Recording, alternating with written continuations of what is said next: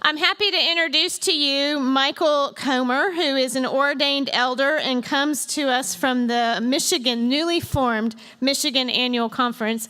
Mike serves as a member of our advisory committee on candidate and clergy assessment. He's been doing that, he thinks, for about 25 years or so, since about 1990, and brings a wealth of knowledge on writing reports and assessing candidates for ministry. Sarah McKinley is an ordained elder from the Florida Conference, and she is the Director of Clergy Excellence in Florida and interfaces with the whole candidacy, licensing, ordination process in Florida and directs that office. So we welcome you to this afternoon. Thank you. And the clicker is working? They say it is. Okay. Well, good afternoon, everyone. Michael and I are delighted to be with you. It's always fun to get the afternoon session. We have to be extra lively in order to keep your attention, and we hope to do that with some interactive conversation and some panel discussion this afternoon.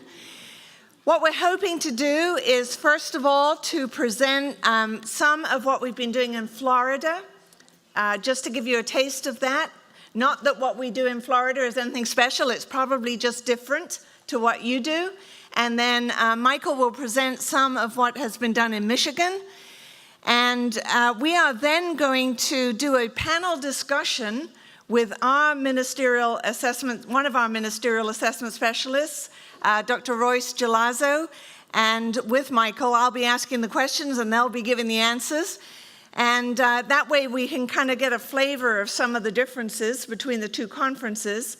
And then we're going to kind of conclude with some table discussion times and specifically looking at the different styles of reports. So that's kind of a roadmap just generally about where we're going to go. And let me just begin by telling you a little bit about myself. As Meg said, I am an ordained elder in the Florida Conference. I've served in the local church up until 2016, and I have served on the district committee of ordained ministry for about 15 years, and I've served on the board of ordained ministry for about 14 years, I think. So I've had a lot of experience on those committees, and I've read an awful lot of ministerial assessment reports in my time. And today, let's see if I can figure this thing out. Meg, you didn't tell me which button I was supposed to be pushing here. One on the right. The one on the right. Okay, let's see if we can get this going. All right, so our topic is ministerial reports. And from my generation, many of you might remember the singer-songwriter Paul Simon, 50 Ways to Leave Your Lover. Anybody remember that? Well, there's 50 ways to write a ministerial assessment report. And we've probably got more than that many variations in this room. There really isn't any right or wrong way. But I have a passion about the conversation between the Board of Ordained Ministry and the MAS. That there really ought to be a conversation. And there is a right way in the sense of what the board is looking for. The board ought to know, and the MAS ought to listen, and vice versa. There really ought to be a conversation. And what I found when I came into this role is that I was getting frustrated reading the reports. And I'll tell you some of my frustrations. I'll probably step on some toes by doing so because some of my pet peeves are probably some of the things that you're doing and you probably love them.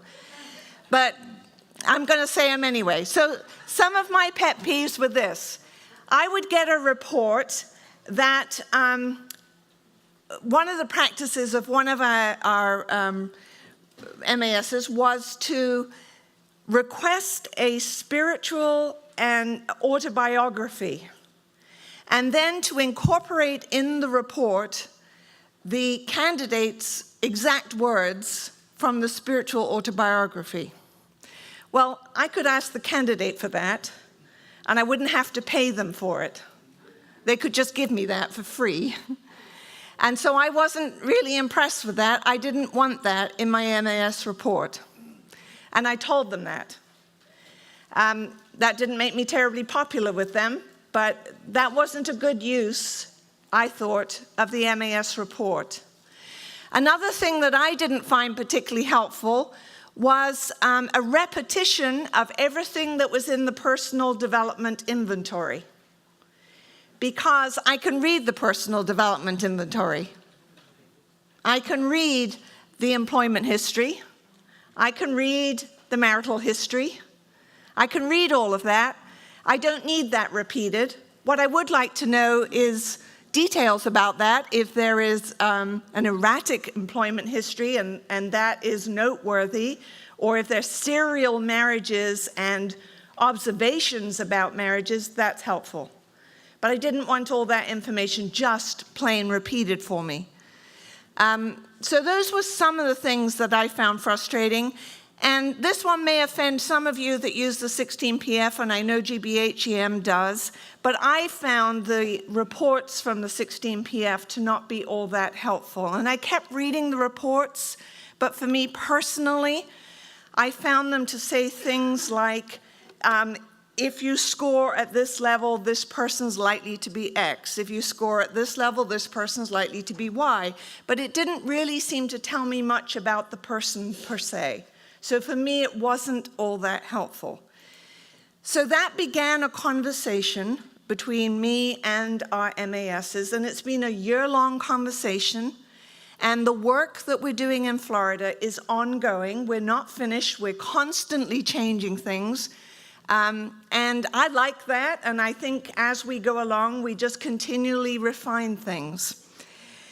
I would encourage you, if you are not having a conversation between the Board of Ordained Ministry and the MESs, to please do that. And if your MESs are frustrated because they've not heard from the board, then reach out, and vice versa, then please reach out. So, what are we, as the Florida Board of Ordained Ministry, looking for? This is where we began. Well, obviously, the first issue for candidacy is fitness for ministry.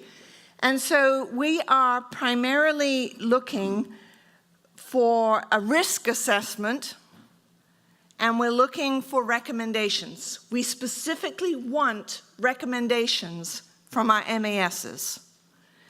And risk assessment, obviously, is a huge part of it, because this is at the beginning of the process, and background checks and a risk assessment is really foundational to our work. We've got to have that as our starting point. I'm going to just refer to the general GBHEM behavioral health guidelines. More is going to be said about these later. These are available online. If you haven't read them, either as board members or MASs, I strongly recommend that you do. They are well written, and they give guidelines for all kinds of issues that are relevant on risk assessments. So, like I say, much more detail will be used, but we refer to these, and I use them in DCOM trainings and boom trainings. And I think if you're not familiar with them, you really ought to make yourselves familiar with this document. It's well written and is a terrific resource. So in Florida, we use, for our assessments, the personal data inventory, which I think pretty much everybody uses, MMPI-2, and we use the PAI, the incomplete sentences, which are the same or slightly modified from the ones that GBHEM uses, and 4 references and an in-person clinical interview. So it's not vastly different from the GBHEM battery. We do not use the 16PF. So that's really the only significant difference between the two. One of the things that I ask for on the first page of every report is a summary from the MAS of if there are no concerns, some concerns, or serious concerns. This is really helpful to me because I see hundreds of these reports in a year, and if there are no concerns, I don't read them. Personally, our DCOMs do, but I personally don't read them if there are no concerns. If there are some concerns, I do read them, and I want to follow up and make sure that our district committees are assigning growth assignments for the areas where there are some concerns. And then if there are serious concerns, I pay particular attention to them, and we have a special protocol about how any report with serious concerns is handled. And I'll go into that in a bit more detail. But this is something that I ask for on page 1, okay? Now, on your tables, there should be a handout that is headed Psychological Assessment Reports Draft Revision 3. And at the back of that, there is an Appendix A. The reason it says Draft Revision A, Revision 3, is it's still in our legal department getting feedback. So I couldn't put it out as a final revision. And in fact, since it was copied for you, I've already had some revisions from our legal department. I'll be happy to post the final version when I get it. And there is an additional form, which I'll refer to later, which I'll also make available, which you don't currently have. But if you turn to Appendix at the end, I'm going to go through, yes. Okay, it's on blue letterhead, and it's titled Psychological Assessment Reports Draft. Oh, is it printed separately? Yeah, okay. And then on the back of it, it's Appendix. Did it get printed separately?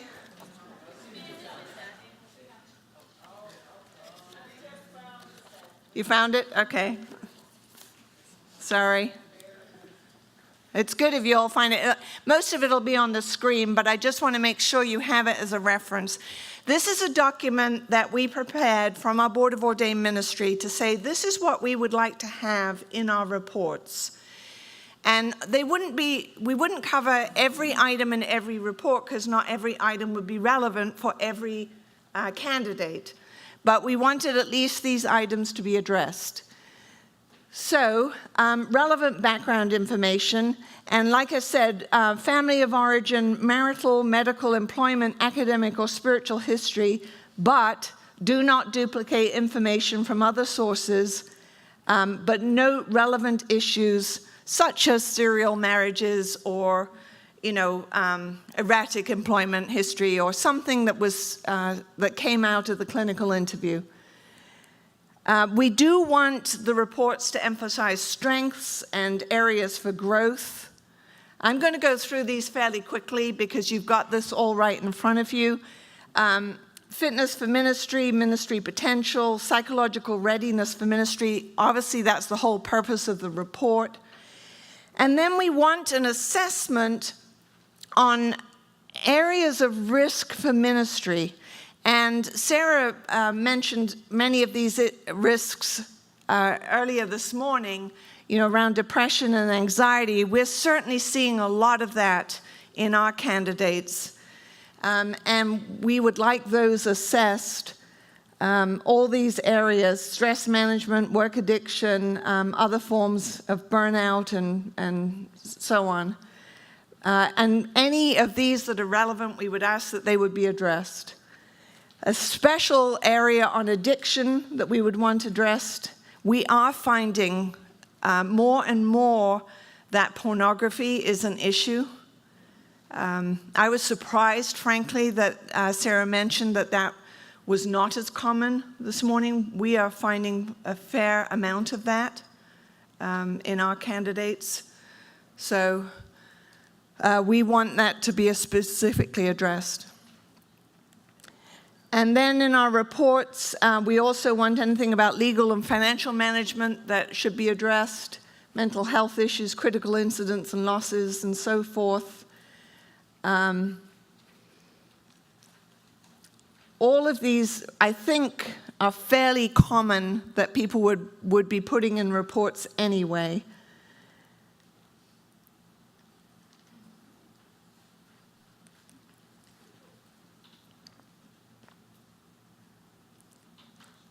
Not all of this can be adequately assessed from the test battery that we have, but that they may be addressed through the clinical interview.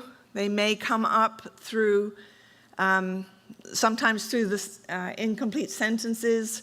Sometimes that will trigger some reference to these areas. We do ask a specific question about entrepreneurial skills and experience. We have told our MASs that this is an area that we, particularly in Florida, are interested in. We have a lot of what we call fresh expressions in Florida, where we are looking for entrepreneurial leaders who will lead outside the walls of the church. So we ask if they have any experience of starting up ministries outside the walls of the church. And that is, we always ask if they could respond in some way to that question. We do not currently include any EQ testing, but again, if this comes up in the clinical interview or through any other instrument or any other part of the process, we would like some kind of estimate of their emotional intelligence, if that's possible. And then, of course, the most important part of the report for us is the summary of the MMPI-2 and the PAI findings. And typically our reports, as you will see, and we've given 2 samples of reports from one of our MASs, and there is a summary, there is a full report and a feedback letter, which I'll say more about for each of those reports that we'll speak more about in a moment. But you'll see that there's a good summary section on the MMPI-2 and the PAI, the clinical interview part, oftentimes the incomplete sentences is included in that, and any comments about the personal references. That's a hugely important part of the report. We do ask that diagnoses be included, if any, and that specific recommendations be made by the MASs. We also ask that they include questions that the committee might use when they are interviewing the candidate.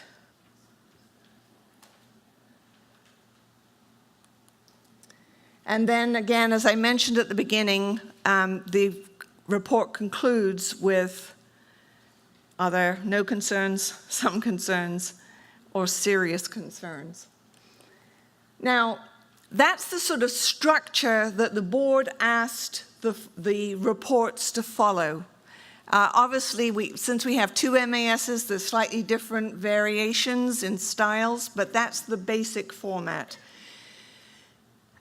I kind of want to pause at this moment and just see, are there any questions about how we do it in Florida at this point, before I move on to the next section, which is feedback? Yes? Very quick question. Sure. Do the candidates get a copy of the report? No, and I'll get into that because that's going to be on the feedback section. Yeah. Yeah. Yes. How long is typically the clinical interview? How long is a person typically, your MAS typically working with? About 1 hour. 1 to 1.5 hours. Yeah. Is that right for you, Anna, too? Yeah. I will answer your question on the reports because we're going to get into that. So about 1 to 1.5 hours of clinical interview time. And we do our testing as a group testing at candidacy retreat.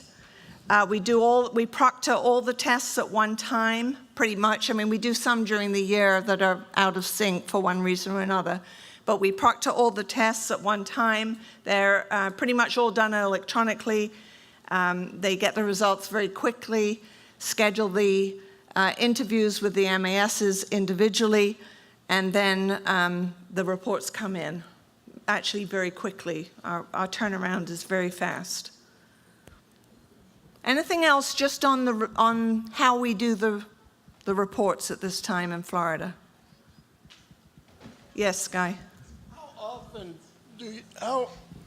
Guy Seymour, I'm on the ACCCA.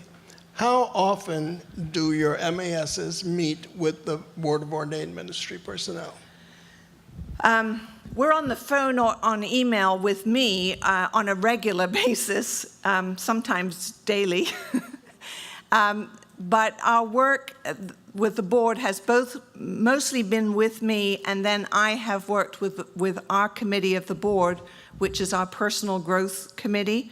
So I have met with our MASs face-to-face and mostly on email and on the phone, and then I have presented to our board what they have proposed, and then we have voted and then instituted changes throughout the year. That's pretty much how we have worked. So, but I would say at the moment we've been in almost constant conversation via email and phone. And oftentimes if there is a problematic report, that they will call me ahead of time and discuss it with me.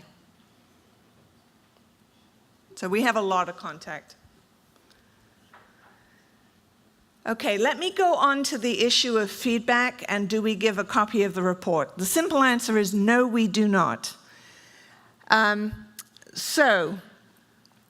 me just tell you though, before I get to that, there's some concerns that we want to make sure the DCOMs will develop growth assignments. That's what we used to call contingencies, but we thought it was a more friendly term to call them growth assignments. So that's what they're called now. If there are serious concerns, the DCOMs will decide with input from the mentors, the district superintendent, the Office of Clergy Excellence, risk management, if these concerns should exclude the candidate from pursuing ministry in our conference. So when we get a report with serious concerns, it is immediately copied to our HR department and our risk management department so that they can weigh in if necessary. Oftentimes that will involve like a background check that's got serious criminal background or serious recent addiction history. And they will weigh in on that for us. We have the candidate sign a release that they agree that they will not get a copy of the report. They sign the release that says that they are not the client, that the Florida Annual Conference is the client, and that the report is the property of the conference. And no print or electronic copy is provided to the candidate. Recently, hold on one second and let me just explain the process and then I'll take a question. Recently, we have developed a feedback letter of which you have 2 samples on your desk, on your tables, that is prepared by the MAS that the candidacy mentor can use as a guideline of how to provide feedback to the candidate. So specifically, let me make sure, yes, any diagnosis or recommendation made by the MAS is not shared by the mentor with the candidate. Any diagnosis or recommendation made by the MAS is made to the District Committee on Ordained Ministry. So the feedback letter is our mechanism for the MAS to put in non-clinical language sufficient feedback in a way that the mentor will be able to interpret the results in a helpful way to the candidate with sufficient information for them to not be overly surprised when they go to the district committee meeting that there are obviously some or serious concerns. But they are not given a copy of the report. When there are some or serious concerns, the district committee, when they see those concerns and they see the recommendation of the ministerial assessment specialist, the district committee can recommend to the candidate that they can request from our office with a notarized request that the report could be released to a treatment therapist. And when we receive that notarized request, then we could send that report to the treatment specialist with the understanding that they not provide a written or electronic copy of the report to the candidate. And so that way the report can be used for the benefit of the client, benefit of the candidate for treatment purposes, but we do not allow them to receive a copy of it. Okay, so, Sarah. all right, I had one question over here first. Can I just take that one? Yes. I was wondering if you would kindly Say your name too, please. Okay, sure will. Henry Stringer, West Ohio. And I was just wondering if you would explain to us why it is that you do not give the candidate a copy of the report. I'm sure you have good reasons for that. But if I went to see my physician and got a CAT scan or any other test that she may do for me, I get a written report of that, whether I can understand the technology of it or not, the technical language of it or not, I get that. And if I ask questions about it, I get an explanation of that. So I'm just wondering, if we are going to treat, our professional area of mental health equal to that of any other kind of health condition, why are we, distinguishing ourselves in this way? And then second of all, what kind of questions or pushback, if at all, do you get from the candidate itself or herself because you don't give them the results? I'll start with the second question first. We get a lot of pushback because many conferences do provide copies of the reports. And so we get the question, my friend's conference gives the copy of the report, why don't you? And so that does cause concern for many of our candidates. The reason that we don't is on advice of our risk management department, and for a number of reasons. One is there's a difference between a treating physician, a treating therapist, which they are not. Our MAS is not the treating therapist. They are the assessment specialist for the conference. They are not the treating therapist for the candidate. And so we try to keep that very separate, and that is the reason why we do not provide a copy of the report. We have the legal release. They cannot take the psychological tests without signing the release, so they are fully informed before they take the tests that we will not provide the report. So there are no surprises.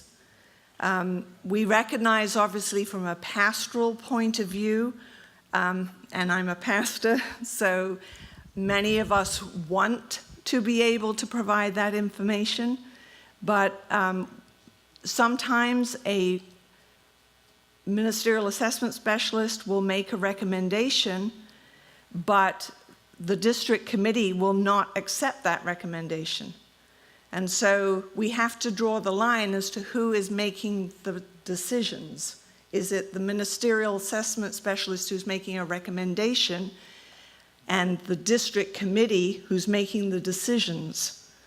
And so if a mentor were to go ahead and share a recommendation of an MAS that is then not followed through by a district committee, or if a mentor were to share a clinical diagnosis with a candidate and the mentor is not a clinician, we could have caused harm. And so we feel that the relationship is between the MAS and the conference, and we need to respect that connection. And then the relationship is between the candidate and the district committee on ordained ministry, and we need to respect that relationship. And so we have just tried to draw the line very carefully and keep those two things separately. And so we're not covered by the HIPAA laws because it's not a treatment therapist relationship. I have several folks that have requested, so yeah, hold on one second. So there was a lady here who had same question. Okay, go ahead then. There's a microphone. As a psychologist, I'm Linwood Wheeler. I'm a psychologist in Mississippi. I do bariatric surgery evaluations to rule out ADHD or bipolar, evaluations for implantable pain management devices, and any evaluation I do is under HIPAA laws. I'm sorry. Any of these evaluations I do I'm under HIPAA laws, and that's the agreement you have in Florida, but I don't know if that's. It could be different from state to state. So It does not apply to the church. yeah, But if they come in my office and they are seeing me, and I'm part of a large multi-specialty clinic, and I'm using my electronic medical record, they are my patient. I'm so held accountable. what I can tell you, and Michael was just asking me, is this our internal conference lawyer? And yes, it is. We have received legal advice on this, and this is what we have been advised to do. And we have been told that we are not covered under the HIPAA requirements because it is not a treatment therapist relationship. Once again, when I do evaluations that are one-time evaluation, those are under HIPAA. I don't understand how that would be different. Okay. Floyd will be addressing the legal issues tonight. So I'm not a lawyer, so I'm not going to try and answer that. I'm Walter Frazier. I'm from Mississippi as well. Given when you receive that report, how long do you maintain that report, and how do you secure it? We maintain it. We do not retest, so we maintain that report through the life of the clergy person, essentially. I mean, it's maintained under our personnel records policy. So it's retained in our conference personnel files for as long as that person's in ministry. Yes. Actually, Yes. Just to speak to that question about files, the GCFA guidelines require or strongly suggest that psychological assessment reports move with the personnel file through a clergy person's career, as Sarah was saying, and then it's the conference is then charged with keeping those 25 years after the relationship is complete between the clergy person and the annual conference. Yes. I'm Steve Heitkamp from Illinois MAS. Actually, a couple questions. One is on I was always taught on the shelf life of reports and testing would be about 5 years. So it can be kept in a file, but whether it's applicable to Agreed. how it applies to them would be a Yes. limit of time. Agreed. The other piece is I actually believe the candidate should get a copy of the report. That's what I do. However, In the legalities of it, I was always taught that the patient or the client is not the candidate, but is the conference. So our relationship was with the conference, not the person. Correct. And so that's the debate. And then the final one is this tension between, is the purpose of the assessment to assess risk, or is it as learning experience for the candidate? And I think that's part of the tension that we always find in this is part of what I hear you doing is leaning more towards the tell us the risk, and if there's a problem, it's really not about the growth of the candidate, whereas a lot of conferences are, it's about helping the person grow beyond where they're at. I'd say And- it's not either or. I think that's a false dichotomy. I think it's both. I think candidacy, it has to be risk assessment, but it also must be about growth. But I And- also see when I give the report to the candidate, that's Right. a huge learning experience for them as they Right. process the information. And I actually believe if the MMPI or whatever, they should be able to go through that about what that means for them as this snapshot of them at this time is an educational piece for them. And when they don't get the report, you just don't have that piece of it. Right. What we are dependent upon is the district committee being able to give a sufficient amount of information and feedback to them to identify areas for growth and for self-awareness. That happens with mixed results. Some committees do much better at that and helping the candidates see areas of growth than others. And then we also find that different candidates are more open to that than others. We were just having a conversation about that just before lunch, that one of the key factors about identifying those who are going to be most successful in ministry are the ones that are really most open to feedback. And as they are more open, you know, the district committees are more able to really share honestly with them, and they embrace that feedback, and then they embrace the recommendations, and they grow from that. But we try to emphasize both the growth aspects and the risk management aspects. We really don't think it's one or the other. We think it's both. Okay. Yes. Yes, thank you. My concern, I'm Jerry Dussault from the Texas Conference, and we do give the reports to the candidates, is the process here. Because on one hand, we are asking the candidate to be authentic with us during the interview process, and then we are not going to, if we don't give the report back, be authentic with them, and we're going to keep information from them. And I wonder how that kind of comes across in terms of hierarchy, authority, openness, et cetera. How do you experience that? It's tough. It's not well received. I mean, I would far rather be able to just give it over, frankly. It would make my life a lot easier. But we just honor the process differently.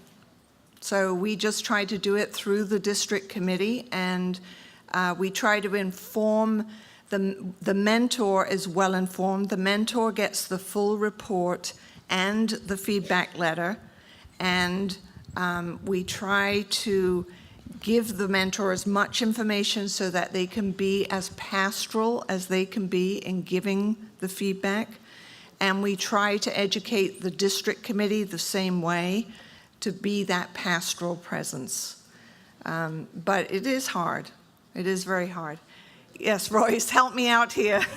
Royce is our MAS for Florida, and she is the one who has written these reports that you have on your desk. Can I just add a couple of pieces in there? One, I want to go back to the HIPAA and the relationship with giving the report and whether it's HIPAA protected. So these are forensic reports. So they're different than a regular clinical report where somebody's coming to a psychologist and getting evaluated because a treatment plan is going to be made, and therefore the person would need to get that kind of feedback because they're going to enter into a therapeutic relationship. So at the outset, when you do a forensic report, which could be anything from a criminal investigation to a fitness for duty to pre-employment, you enter into a relationship with that person and you say up front, you are entering into a psychological evaluation, the results of which is going to be provided to my client. And my client is United Methodist Church. And decisions are going to be made on your ability to proceed or not proceed based on it. So you're telling the person up front what they're getting into, and then you're asking them to sign off, basically sign away their rights to get the feedback, because it's not going to be used for the primary purpose of it is really for risk management, but that doesn't mean we can't be nice and help the person along the way too, because we care. Secondly, with regard to the HIPAA, more and more we are finding that the legal landscape is that with pushback, it's being covered under HIPAA, and that more and more psychologists are being forced to relinquish these reports when push comes to shove and the psychologist gets sued. Now, I think that we're going to find that this may or may not change over the course of years, because the reasons that they're being able to get a hold of these reports, in my opinion, is a little bit unclear. Okay, so there is a big brouhaha going on in the psychological legal community right now on this issue. So if you've raised your hand and said, you know, it's covered under HIPAA, yes. If you raised your hand and said it's a forensics report and they should be signing it away, yes. Okay, so I'm not an attorney, I'll defer to that on somebody who is. But then the second piece was the part about providing the feedback, whether it's risk, whether it's giving help to the candidate. That's why we have tried in this format, Sarah has tried very much to walk both lines. So on the one hand, we don't want to just hand over the report, because it is a risk management for us to hand the report over. What about the damage that you may cause handing this report over to somebody who is not trained on the MMPI? It takes us years to become clinically sophisticated in understanding what the MMPI is saying. And so you sit down, you show everybody the MMPI, you could hurt them. Yeah. What if you show them diagnoses and people say, oh, you're saying I have borderline personality disorder, and they go home and they Google it, and they see that they're supposed to be cutting themselves to get stress relief. Yeah. There is just as much damage that can be done in handing it over. Right. So what we're trying to do with the feedback letter is, yes, the psychologist is going to synthesize all of that mumbo-jumbo, psychobabbly, googly-goggly stuff and put it into layman's terms. Hey, you came in and you said you had a very judgmental mother, and you had an eating disorder in college, because whatever you took in, you threw right back out again. And you've had seasonal affective disorder, and you had this and you had that, and you had these stressors, and maybe it would help if you looked at that. And so they are getting feedback. They're getting the kind of feedback that I would give them if they were coming into my office as a patient. Right. Royce, I'm going to cut you off for a moment because I want to be fair to Michael. We're going to listen for a moment about the Michigan process, and then we're going to come back and have some further discussion. So we will get to your questions, but I do want to make sure Michael's got time to give his presentation. Good afternoon. I'm Mike Comer. I am a United Methodist elder. I'm a licensed psychologist in Michigan, and I've been the MAS for the West Michigan Annual Conference for about 25 years. I can't remember exactly how long. I'm going to tell you a little bit about my background, because my background, which is quite varied, informs how I view this evaluation process and also how I write the reports that I write. So I grew up in upstate New York. I grew up in Syracuse. I went to Michigan State University, where I met my wife, who's from Michigan. After we graduated from college, we became US-2 home missionaries. We served on the island of St. Croix in the Caribbean because she was an elementary school teacher. I was an amateur mechanic and had done construction, and I spoke Spanish. So I went to St. Croix and put windows in the school building, put clutches in the school buses, and went and got the kids, and she taught them. And then that experience led me to go to seminary. I went to seminary at St. Paul School of Theology in Kansas City. Then I went back to New York State in what was then the Central New York Annual Conference and served 2 small rural churches in a mental health wilderness. And I was, I should tell you, while I was in St. Croix, the senior pastor of the churches where the school program was developed congestive heart failure and had to return to the United States and take an early retirement. And it was going to be a 4-month interval before another elder could come. So the district superintendent from Puerto Rico came over and in Spanish asked me if I had a license to preach. And I said, "What's that?" And he took a piece of paper out of his pocket and filled it out and handed it to me and said, "You got a license to preach." We don't do things that way anymore. And after I completed my first year of seminary, I was eligible for ordination as a deacon, so I drove from Kansas City to Ithaca, New York, where the annual conference sessions were being held. And because I had such a long drive, the Board of Ordained Ministry agreed to interview me the morning of the ordination service. So I got interviewed the morning of the ordination service, and they said, "Do you have a license to preach?" And I said, "As a matter of fact, I do." And I gave it to him. I had to translate it from Spanish to English. We don't do things that way anymore, with good reason. We need to know who the people are that we are sanctioning and who we are commissioning and ordaining. So I went back to New York State, served 2 churches, got ordained an elder in 1975. And then in 1978, went to a PhD program between Garrett Seminary and Northwestern University.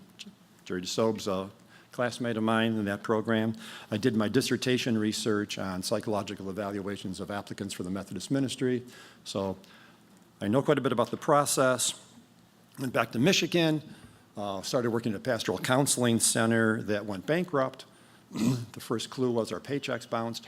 And then I knew I had to get a job, and I went over to Kalamazoo and quite by accident applied for a position to treat police officers in the 5 police agencies in Kalamazoo County. Started working with cops, got recruited to become a psychologist with the Michigan State Police.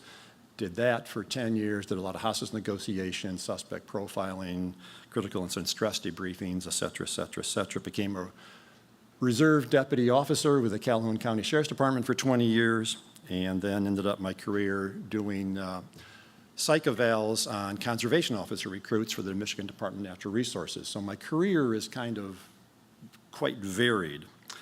And I've been a member of this advisory committee that plans these things and advises the church on our assessment process since I think about 1990, a long time. So when this process first got started to do assessments, I was in graduate school and I got called to go to some of the original meetings that organized it. And there was 2 goals that were held in tension. One was the goal of selection, and one was the goal of nurture for the applicant. And they're not black and white, and sometimes they're counterproductive or go against each other, but not always. But those are the 2 things that are kind of held in tension. So in Michigan, with that in mind, the process that we set up is quite different than the process in Florida. So in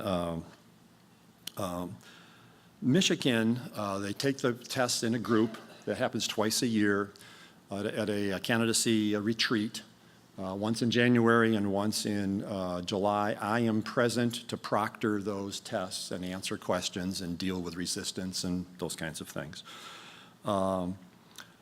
But as a pastor and as a psychologist, that informs how I do what I do. So I do the tests, I get them back, I read all of the material that they have, that they've submitted, that I download from the MCARES website. I have a standard set of questions and a structured interview, but then I write particular questions, unique questions to each person based on their test results and what I find in their written material. I then do a 2-hour interview with a person in my office. They have to come to me. I do not and will not do video testing. Sometimes it's inconvenient for the person, and truly it is. And I'm not trying to be flippant, but my answer is, how badly do you want to be a Methodist minister? It's a one-time deal. You got to come. Methodist ministers drive all over the state anyway. It's no, get used to it. Yeah, a little empathic there. I've been a cop, you know. Empathy has its limits. So then I write the report, and by the way, I explain this whole process to the person when they come to my office. I write the report, I then call them back, we schedule a second time. At that second interview, I give them a copy of the report. It's theirs to keep. On the last line of the report says so-and-so has read this report and has a copy of it. I let them read it in my presence. When they've read it, I'll ask them, is that a fair representation of you as you know yourself? I will answer any questions that they have.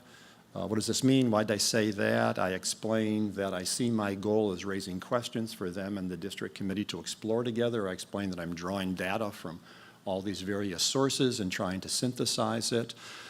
You have two copies of reports that I've written in front of you.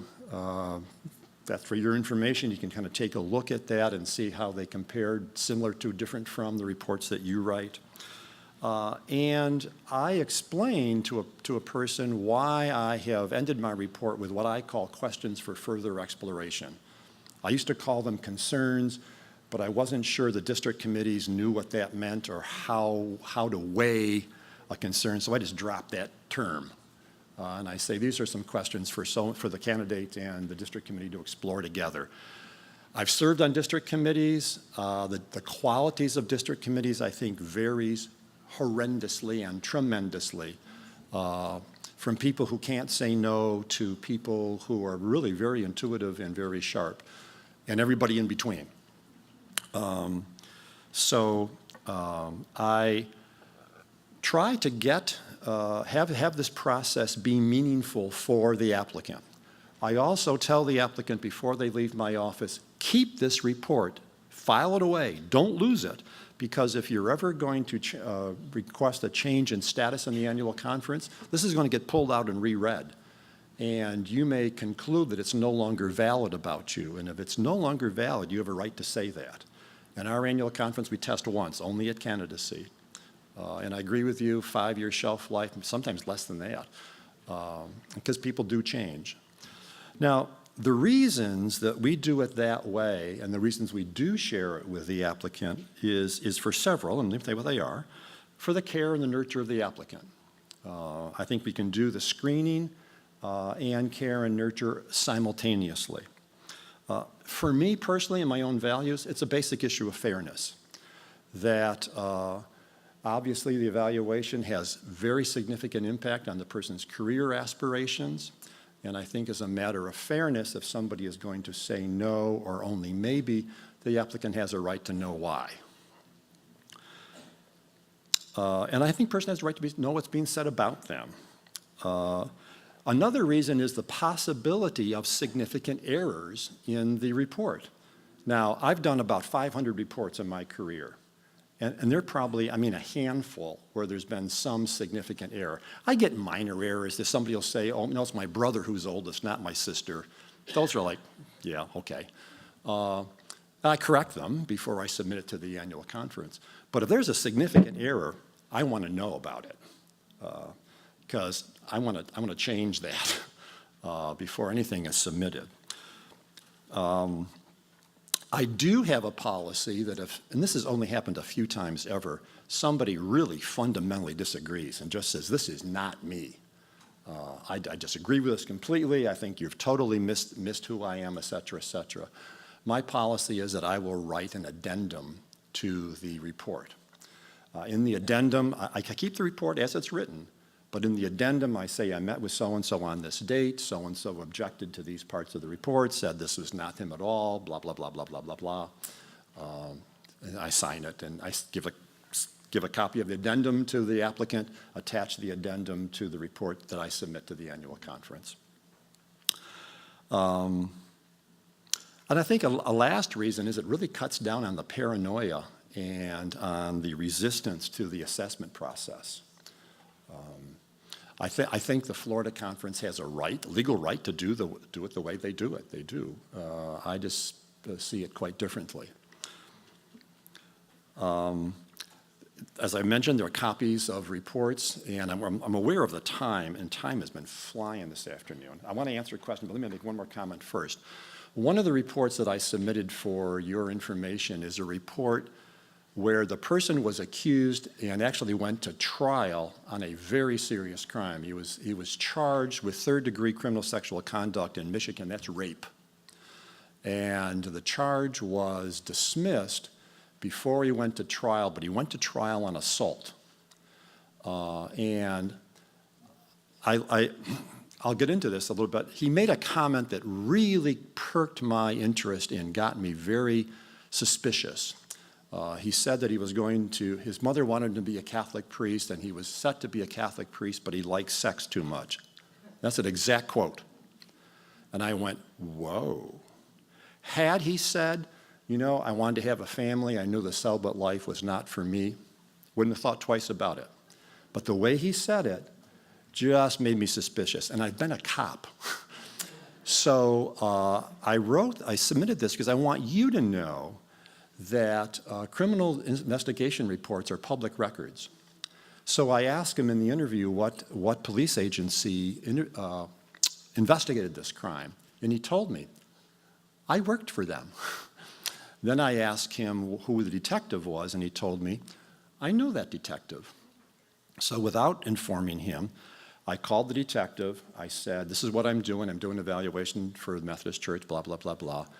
And I told him who it was, and he goes, oh, I remember that guy.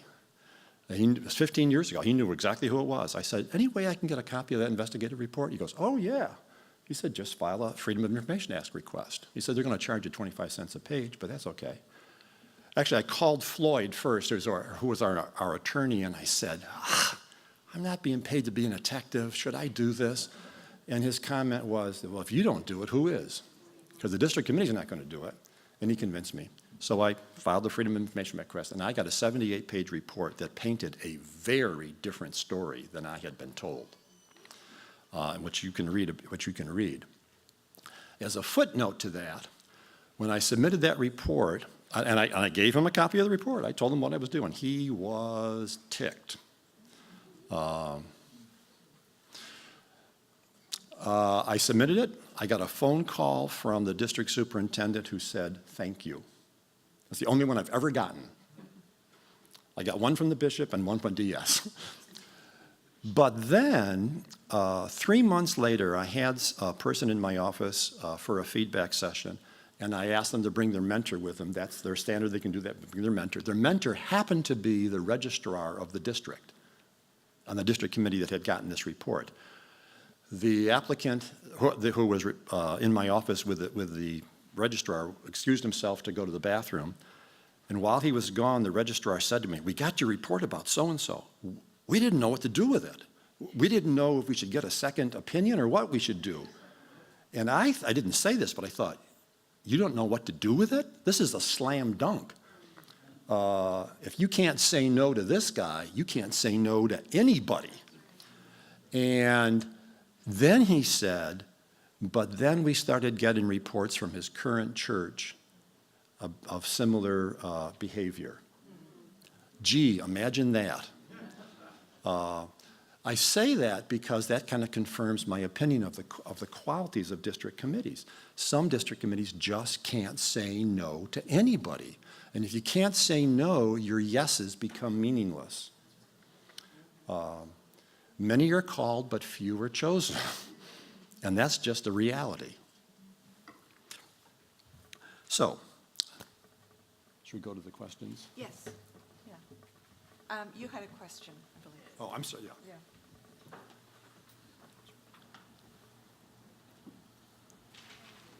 Ann, I'm from the North Georgia Conference. I've been doing this work for a little over 10 years, and we used to not give copies of the report earlier in my time. We have started giving them. I can certainly see the pros and cons of both.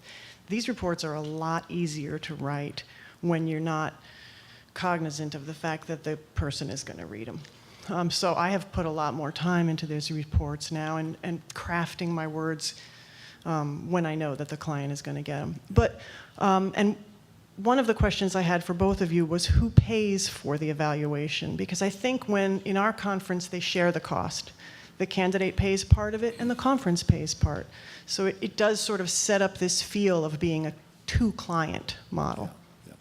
In the Michigan conference, it used to be the conference paid for it. Now the client pays for it. And so they get the report. Actually, the conference sends me a check, but the applicant pays the conference. Right. So in the Florida conference, the candidate pays $500 and the conference pays $150. Okay. So, Yeah, so they're paying for it. primarily the candidate is paying for it. But again, we have a signed release, so Sure. legally we are. I spend about 2 hours testing the person and 2 hours interviewing. So it can be up to about 5 hours with each person, depending on how old they are. Right. But one thing I do is I always go over the results with them before they leave. So I obviously can't give them a report before they leave, but we look over their testing. I ask them how much of a reflection it is of who they know themselves to be, and I present any concerns that I have so that they kind of know what's coming. Right. And then they can get the report by contacting the board later. This is just And how we do it. our MASs do that too, in terms of giving them a sense of what the feedback is and asking them, does it sound like them, and that kind of thing. What we wanted to do was to invite Dr. Royce Gelazzo to come up here and join us.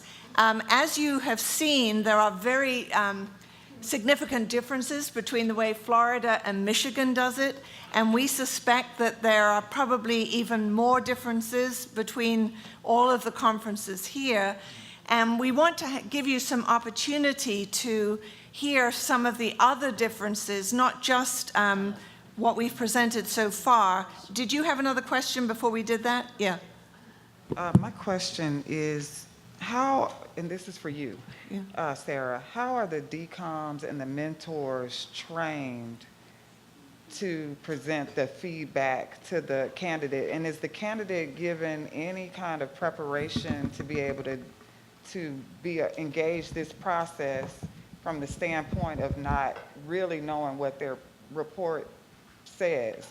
So it seems like this however many page report is narrowed down to a few nuggets that y'all feel that and I'm from, well, you're from the South too, y'all. That's not in my vocabulary. Feel that the candidate needs to hear, right? To grow and to develop. So how's the DCOM and the mentor, how are they trained and who trains them, and how is the candidate prepared in that process? So I trained the mentors at the candidacy retreat every 6 months. And so even if they are repeating as mentors in the next cycle, I retrain them every time. This process is very new. We are just rolling this out. In the past, much more detail was shared with the candidates. And so the feedback letter is a new feature that we are literally just rolling out. And the first training for that will be coming up in January. I also train the DCOMs, and I train the DSs in terms of sometimes when there are serious concerns, we require that usually we have 2 mentors per district. So if there are serious concerns, we require that both mentors be present for the feedback session with the candidate, one to give the feedback and one to observe. And if the candidate is already serving a church, which sometimes happens, then we require that the district superintendent also be present. Because if there are serious concerns and they're already serving, that's not so good. And we wonder sometimes how they ever got that far. Like, how did they get past the background check and still get into being serving in a local church? So we kind of put the DS on a hot seat to be there at the feedback session. But in terms of preparing the candidates, we do that when we do the proctoring of the candidates before they take the tests. We explain the whole process to them, including the release and what that means and how the feedback will be given to them. But in the past, they did receive a lot more feedback from the report than they will be receiving in the future. So that's the best way I can answer that. So what we would like to do, and could I have take one of the handheld, I guess this one, maybe 4. I'll take 4. Excuse me. Yes. I just have a question Oh, for I'm Dr. sorry, I Comer. didn't see you there. Yes. Dr. Comer, as I'm looking at your report, you have attached to it the MMPI, the full MMPI report. Yeah. And I was just wondering if you did that for us in reviewing, but you don't release that to the board. No. Okay, that's all I need to know. I attached the MMPI, and I also attached another test that I use called the Personality Research Form, which I like a lot. Okay. And psychometrically, it's really solid. I started using that way back when, way before the 16PF, so I had a balance of normal personality with the MMPI. But the advantage is it's a very good test. It's cheap, $12.50, and I calculated local norms for the Michigan conference. So I can compare new people coming in to 300 previous people. Okay. Okay. Was the question? I just wanted to, I don't know, like say something about the nature of the reports. You know, I think everybody gets that we're not treatment providers and that these are evaluative and forensic. However, I don't think my report should be diagnostic. Because, you know, when I meet with someone for 90 minutes to 2 hours, I'm not going to diagnose them in writing or otherwise with a lifelong pervasive character disorder, you know, that can't be easily treated. That would be damaging for them to see, and also just to have in a written report. And, you know, and so I can speak to the symptomology that they exhibit of borderline personality disorder or narcissistic personality disorder. But that's different to me than saying that they have it, because I would not say that in a 90-minute interview with a person. So I'm not comfortable with that. I'm not comfortable with that either. great. Okay. We're going to be using 3 microphones here, and I do want to move on just for a moment, if you don't mind. I'm going to ask Dr. Gilazzo if, what number mic do you have? Number 5. Number 5. I'm going to ask you if you would just address that issue about diagnosis. Did you hear her question? I didn't, because we were talking about the microphones. Okay. Her question was that she did not feel comfortable making a diagnosis after the amount of testing that she did and an hour or an hour and a half interview. And she was uncomfortable making a diagnosis in a report. You mean a psychologist is saying after giving the MMPI and all of these other, Right. and you don't feel comfortable making a diagnosis after, in other words, you have the test data from the MMPI and whatever ancillary tests and an interview, and you don't feel comfortable making a diagnosis from that? Not in a 90-minute interview and with the background that we have and just an MMPI, no. Well, okay, so first of all, you never diagnose somebody with one test. There always has to be more than one test in the battery. Right. So a 16PF is not diagnostic. Well, we don't use the 16PF. We don't use it. Right, I understand you We use the don't. PAI as a second test. Yeah. So I want to move on, if I may, because we've got questions for our panel, and I'm sure you'll have other questions, and I still see hands up. But in order to just get through some of these, we may answer your questions. If we don't, we'll come back to those. But in order to show some of the differences again, I just wanted to ask these questions of both Mike and of Royce. So one of the first questions is just a pretty simple one, I think, is what are some of the most common concerns that you are seeing in the assessments that you complete? You want to go first, Mike? Okay. What are some of the most common concerns you're seeing? Okay. I will see frequently, especially with people who are licensed local pastor applicants, and about 40% of our people are licensed local pastors. I will frequently see somebody who's had some kind of significant religious experience, like going to a walk to Emmaus, and soon afterwards is applying for ministry. So I thinking both as a psychologist and as a pastor, I sometimes get suspicious of that and wonder, okay, what's the psychological dynamic behind it? Was it emotional dependency? Are they dealing with shame, which is common for clergy?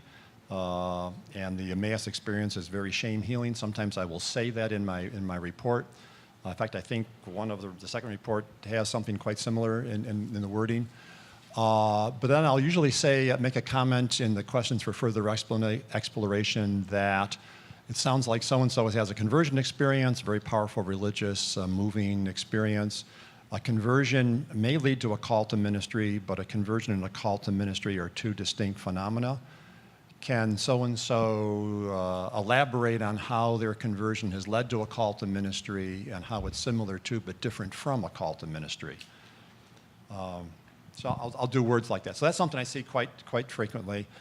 I frequently, again, with licensed local pastors more, I think I get people who are not assertive, maybe emotionally dependent, and I will raise questions in the end of my report. How are they going to deal with difficult or even mean-spirited parishioners? How are they going to deal with a parish that may not be accepting of them, especially if they've had an experience only in one church, one congregation? How are they going to provide dynamic leadership and get a congregation to move in the direction it needs to go, especially if there is resistance? So I'll raise questions like that. Okay, I think I can speak to, and I agree with what Dr. Comer said. I see the same. I don't have the pastoral experience. So, but what I'd like to say is I see a lot of anxiety and depression that seem to be stemming from the same thing over and over and over again. So brief crash course in depression and anxiety and why they're comorbid, at least in terms of the way I see it, would be, anxiety is about real or imagined catastrophe. Something's going to happen to me to make me feel unsafe or as if I'm fragmenting. So if I'm driving down the road and I hit the brake because somebody pulls out in front of me and I have an anxiety reaction, yes, that's real danger. But if I have imagined danger, which means, oh no, if I don't get all of these 1,000,001 things that I have put on my plate done, something bad's going to happen to me. That's imagined danger, okay? And many of the candidates that come in are taking on so many things beyond what would be considered normal, appropriate, healthy, and even maybe bordering on what we call pathological altruism. If I'm depleted to the nth degree, how can I take care of myself? Even flying on the airplane here, they said, if you're traveling with a small companion and the oxygen mask drop, what are you supposed to be doing? Putting it on yourself first so that you don't pass out and then you can help the child. Okay, so how does depression factor into that? If I am taking on 1,000,000 things and I can't possibly accomplish them all, I then become depressed, because depression is about real or imagined loss. So if I lose my loved one who dies, I feel impoverished inside because something in my real world externally has made my world feel dull and less loving. But I can also have a sense of imagined loss. I didn't meet all these demands, and now I feel a sense of loss because I'm not worthy. I failed. I'm no good. I lose myself. So this is what I'm seeing over and over and over and over and over again, almost every candidate that I evaluate. Thank you. And just kind of moving on from that, what are some of the most serious concerns you've seen with candidates? Well, you have an example of one. I've done about 500 evaluations. On 3 occasions have I requested a police report. So if there's a serious criminal allegation or conviction in a person's background, I want to know more detail about what actually happened. That'd be the big ones for me. So my background is in serious psychopathology, and I've done about, 7, 8 years of working with people who are psychotic in inpatient facilities. And then I was director of mental health for a men's prison at one point. So I have had at least 2 candidates in the last, I'd say 4 years I've been doing this, have schizophrenia, okay? And one of the candidates, both of the candidates actually, were well known in their district to have some kind of serious emotional disturbance, but they didn't know what to label it.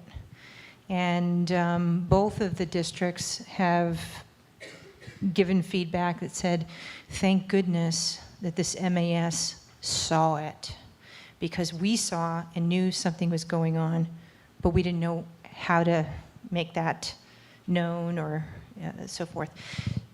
The other concern I see is that people come forward with, and this was something that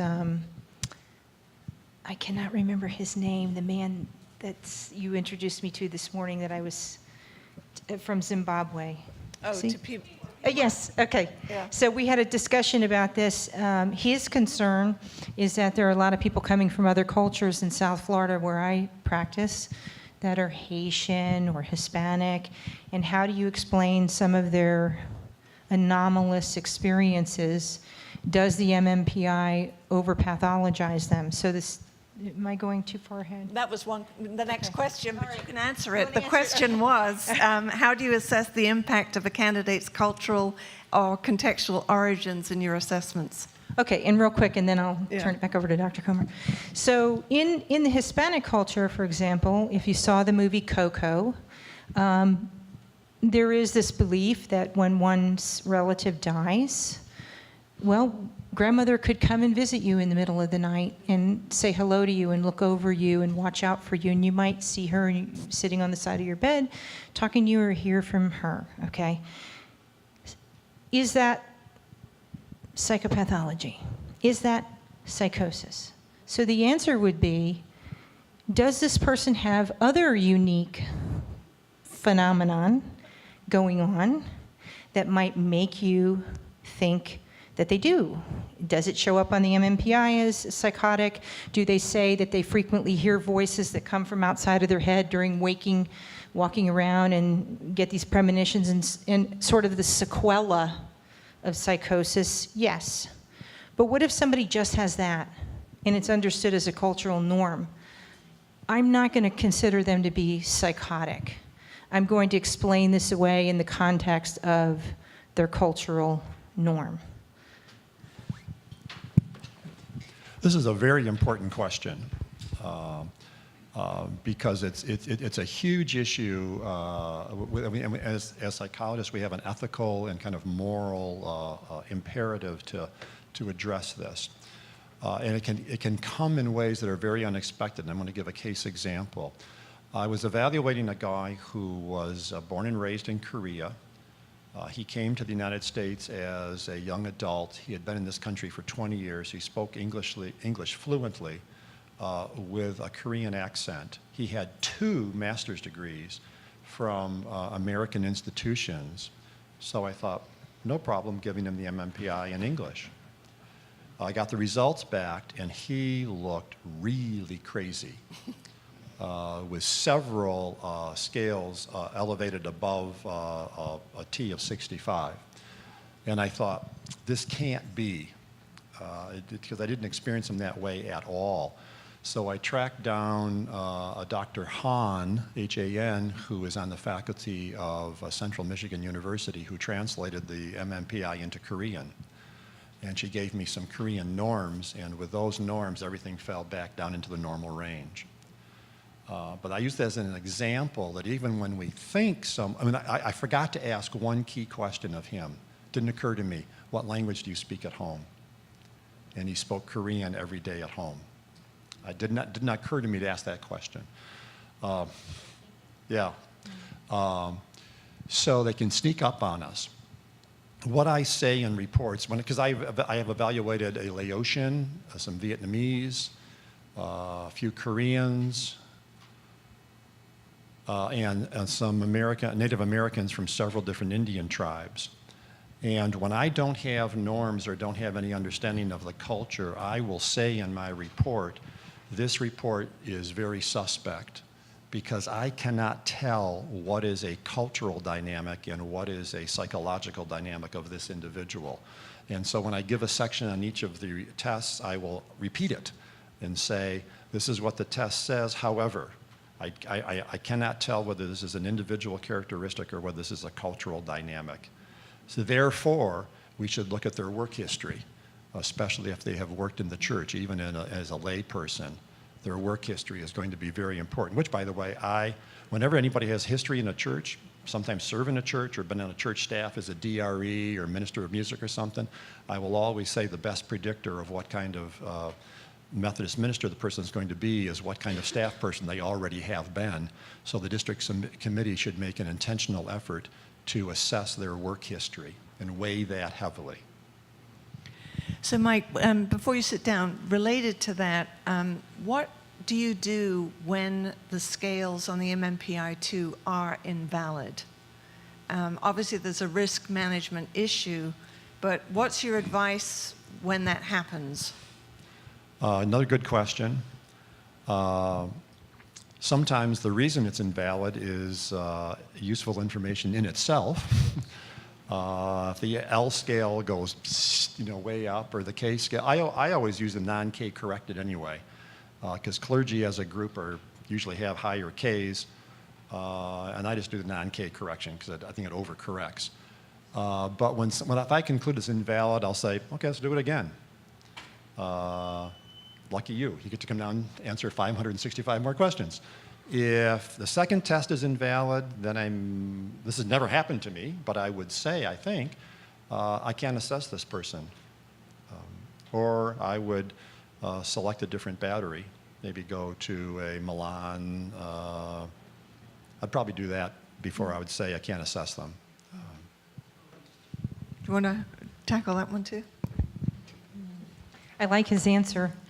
The only thing I would add to it is I like to do an item analysis when it's invalid. I want to see what they're doing. Yeah, good point. Why is it invalid? Are they randomly responding? Are they guarded? We know that, as he was saying about the K being higher, that's true in this population. I recently had a profile that was a K positive one. In the hundreds and hundreds and thousands of MMPIs I've done over the course of 20 years, I have never seen a K positive profile. I had to go digging in the manuals because I knew what I saw in my clinical interview, and it's one of the samples there, the sample that has serious concerns. There were no elevations. They were all 50 to 55, 56. And I knew what I was seeing was seriously troublesome. And I pulled out all my manuals, 5 or 6 that I have on MMPI, and started flipping through pages. I'm like, there it is, K-positive profile. So you have to investigate. And I think that his point is well taken, that you could have somebody who, it's a cultural thing, and maybe that's why. And so you have to kind of dig and look and consider the entire thing, many different things, before you make a decision that, they bombed the MMPI, I'm using that euphemistically. We don't bomb it or pass it, but they're not getting a valid one because they're guarded versus some other reason. Before you sit down, another question specifically for you. In some of your reports to me, you'll identify a condition that you think if they go through treatment, they could do a retest and it could end up being valid. what are those conditions where a retest might help and which ones, you don't think it would? Yeah, I don't know if that one was for it being valid. I think that was more like there are people that we see, I'm sure that you all see, and you do your report and you think to yourself, gee, with a short course of psychotropic medication and maybe a short course of therapy, this person would look quite different in 6 to 8 weeks.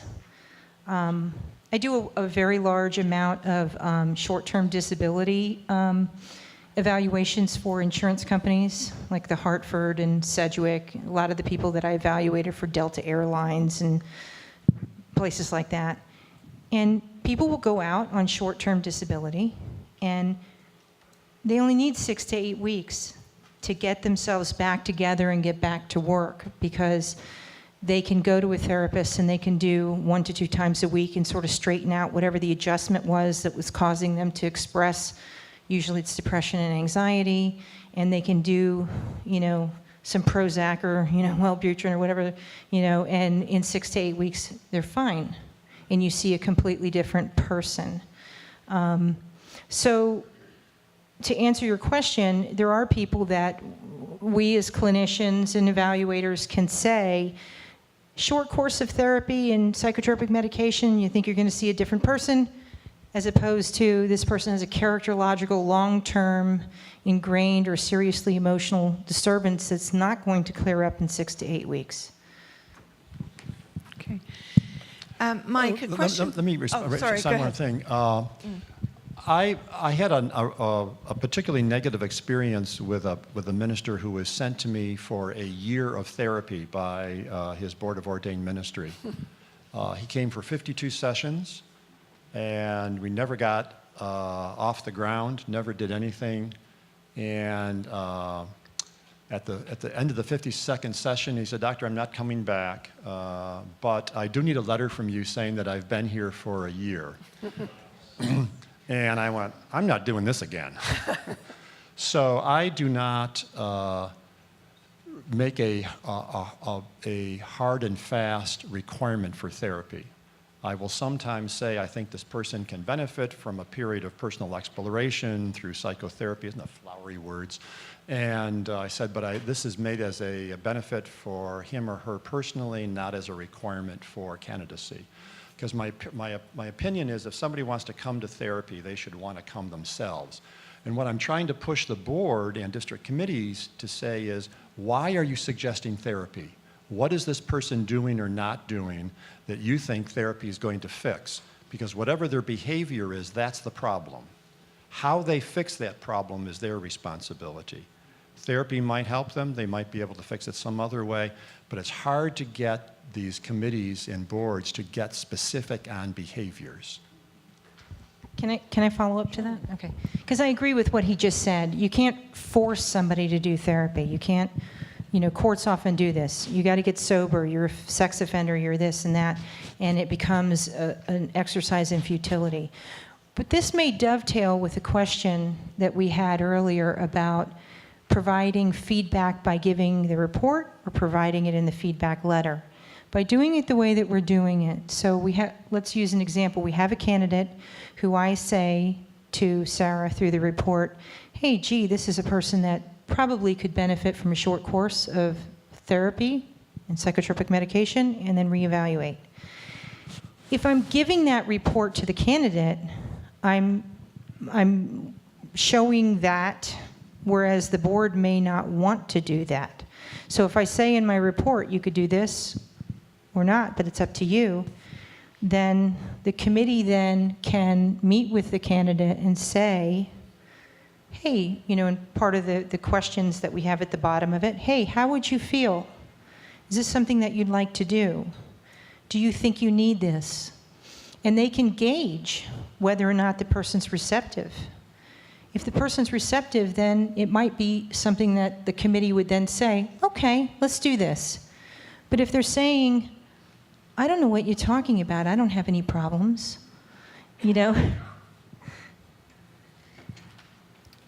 That's a good point.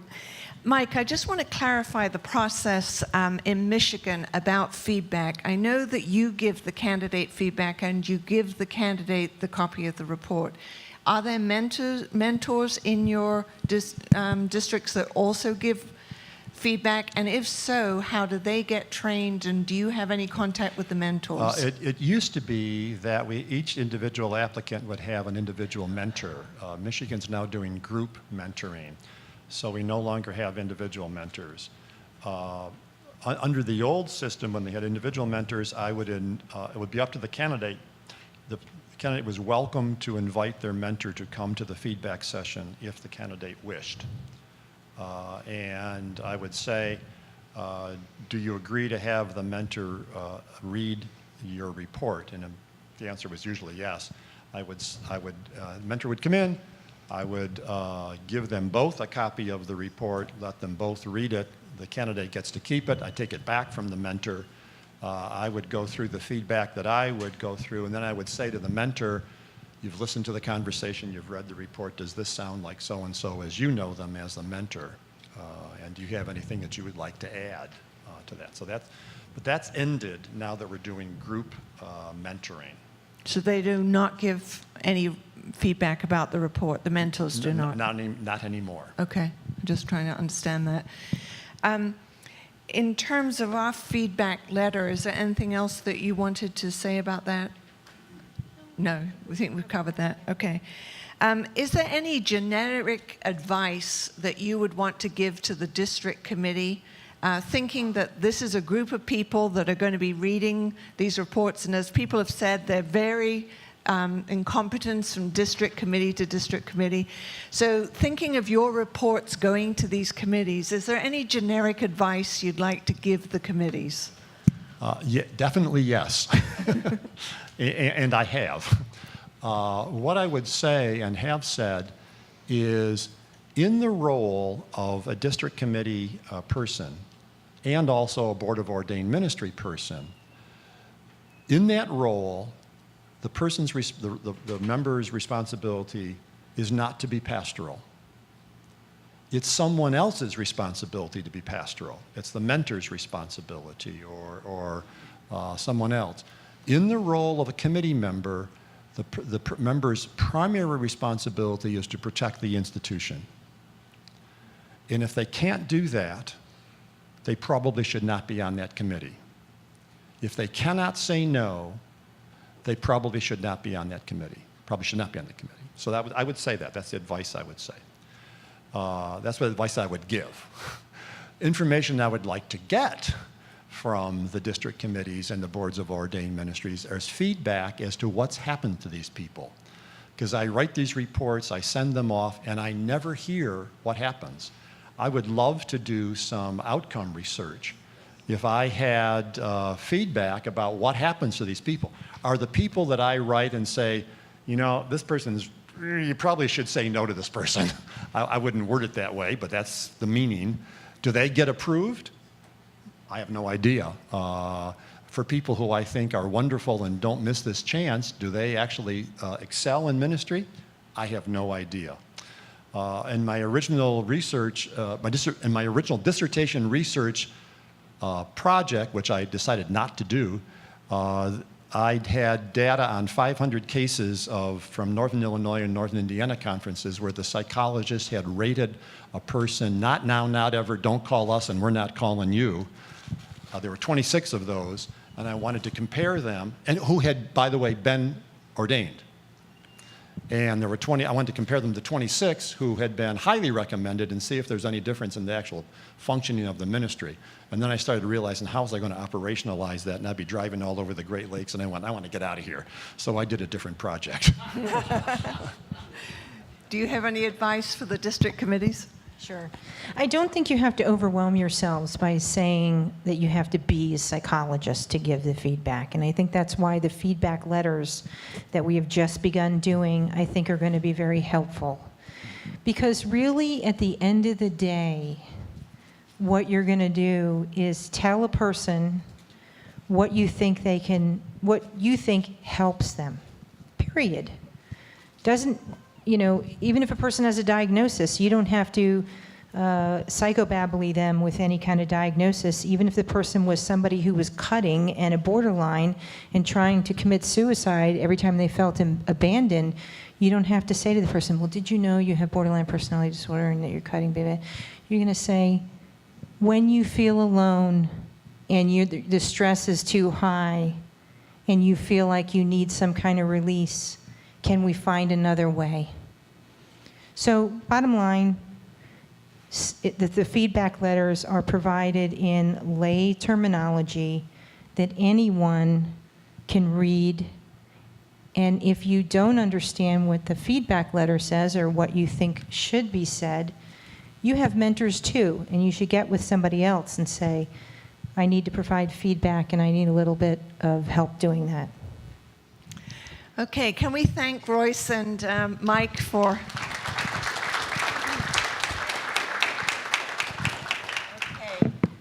We want to give you some time to have some conversation around your tables. Let's see if I can get these questions to come up here. Yeah. I'm sorry. Okay. It won't take long. All right. Mike, I'm Bev Roble. I'm from East Ohio Conference.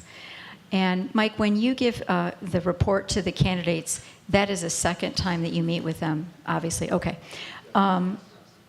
You indicated, you would like to know what happens to the candidates. I think that we may have a yes decom.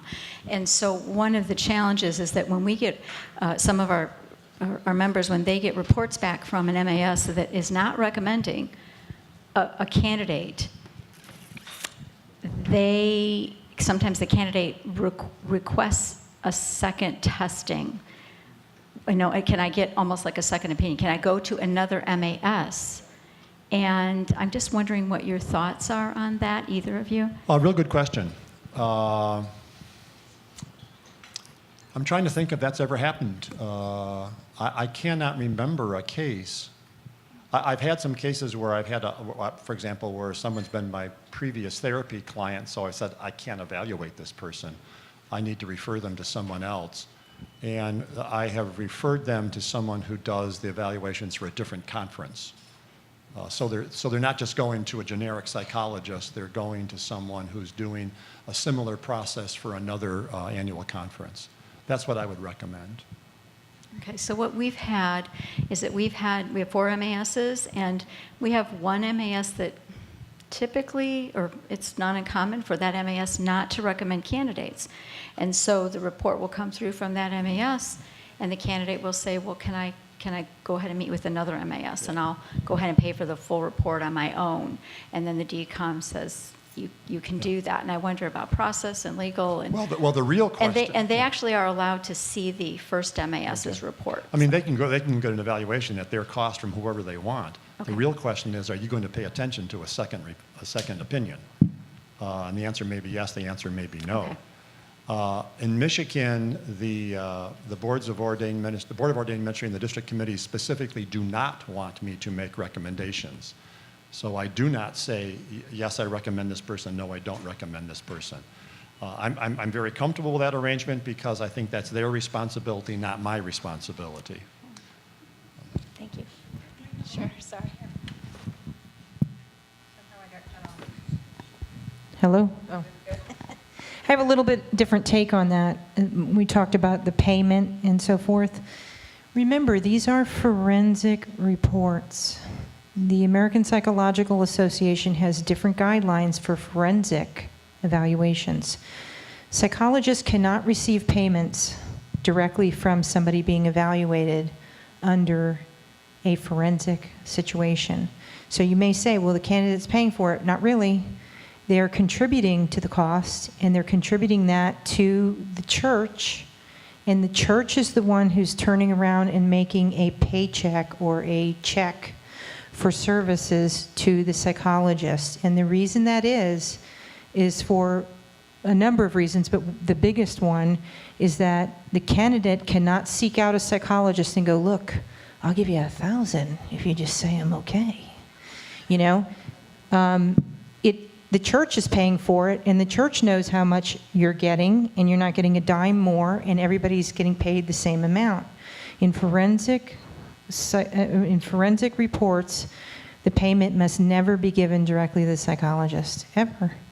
And that's with fitness for duty, any kind of criminal activity, whether it's downward departure or, assessing somebody for the ability to appropriateness for what's the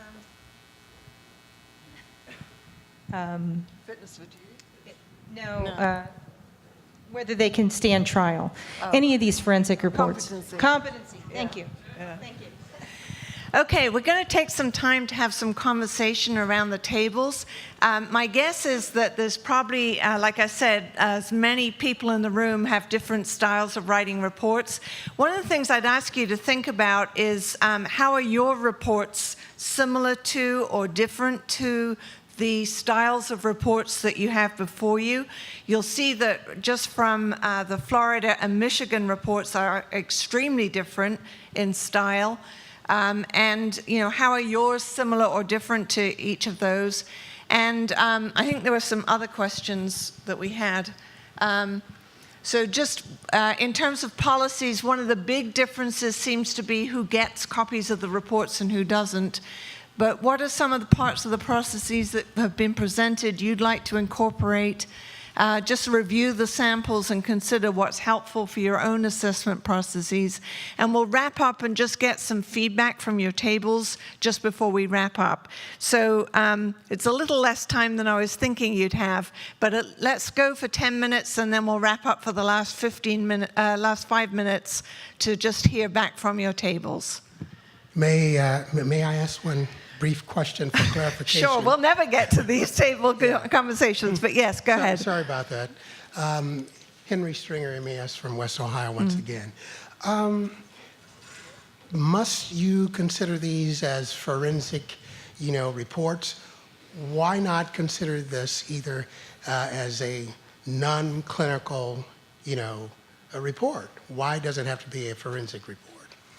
And because I'm wondering, for those of us like in West Ohio, they're not considered to be forensic reports. They're just non-clinical reports that get used and done in a lot of places. Mm-hmm. Okay, so I'm not sure why your reports are not considered forensic. So forensic means simply law. Anything that has to do with the intersection of psychology and the law coming together. And so the reason that these are considered forensic reports is because they are used in a legal process. You are telling somebody whether they can go forward in a job or not. And so that in and of itself makes it a forensic report. It's not that Florida is deciding. That's how the Florida conference interprets that. That's not the universal denomination-wide interpretation of how they report it. But it's a fitness for duty, so that falls under forensic automatically. No, no, it's not. And we consider this personnel selection non-clinical. So, and we've been doing it now for a couple of generations. So that might be one conversation piece at your tables, if you see them as forensic or not. But have some conversation around your tables, and then we'll just share and wrap up in the last 5 minutes.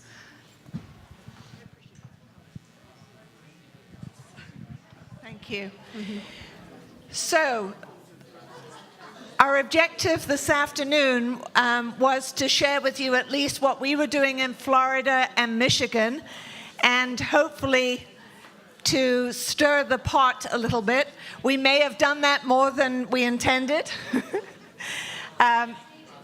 Obviously, there are very different ways to do these things. And many of us have developed traditions in our conferences that we've been doing it this way for many, many years.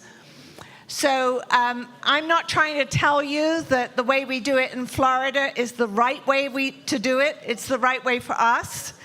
It may not be the right way for you.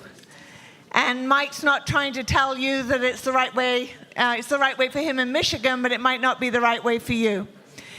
So we just hope that it's encouraged you to think about your process and perhaps to look at ways that you can work closer with your Board of Ordained Ministry, and ways that you might be able to assess your battery and figure out, are you doing the kinds of testing that you want to do? Are you doing the kind of testing at the time frame that you want to do it? I know in Florida we're going to be assessing, should we be doing more at provisional and at full connection? I agree with the comment about the life shelf time of a test, and I wish we could do them more often, but finances really is a concern. So we're continually looking at ways for us to improve our process. You had a question?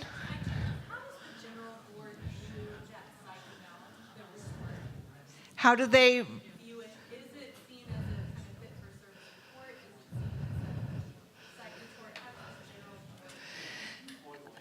Meg, Floyd,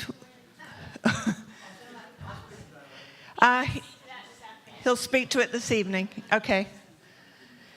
Does anybody want to share anything from their table discussion? Any input that you want to share? Yes.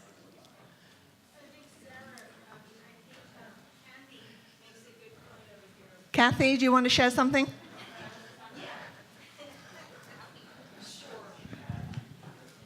The question that I had at our table is, I serve on the DCOM, I also serve on BOOM, and I am also a licensed therapist. So sometimes I have been the therapist that works with a candidate after getting a growth assignment.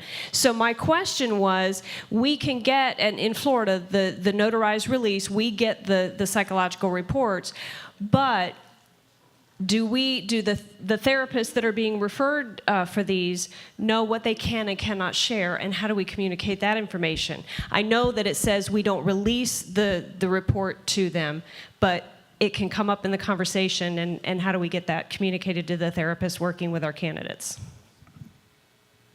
Yeah, we're actually working on that with our legal department about the way it's worded is currently is that the report is provided to the treatment therapist for their information, so that it's to inform them in their treatment of the candidate, but it's not a report to be shared with the candidate. So that's how we distinguish it. I'm not quite sure how the legal wording is going to end up, and I'm working on a document which I will be glad to put online if anybody's interested in using that once I get the final legal wording of it. Yes? So just one more aspect to that Kathy was saying.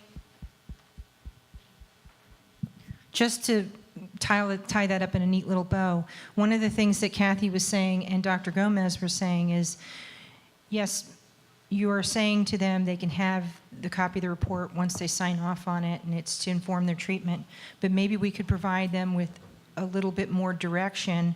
And Dr. Gomez brought out the point that maybe we should give the therapist the feedback letter as sort of the cover letter to that eval, so they can see what the psychologist is saying about the treatment or what this person could work on based on the report. Because they may not be going to a psychologist, they may be going to a therapist. Yeah, we would include the feedback letter as a part of our report, so it would be included. Any other comments, questions, feedback? Okay, it's break time. Okay, Sarah, Mike, thank you very much. Royce, thank you.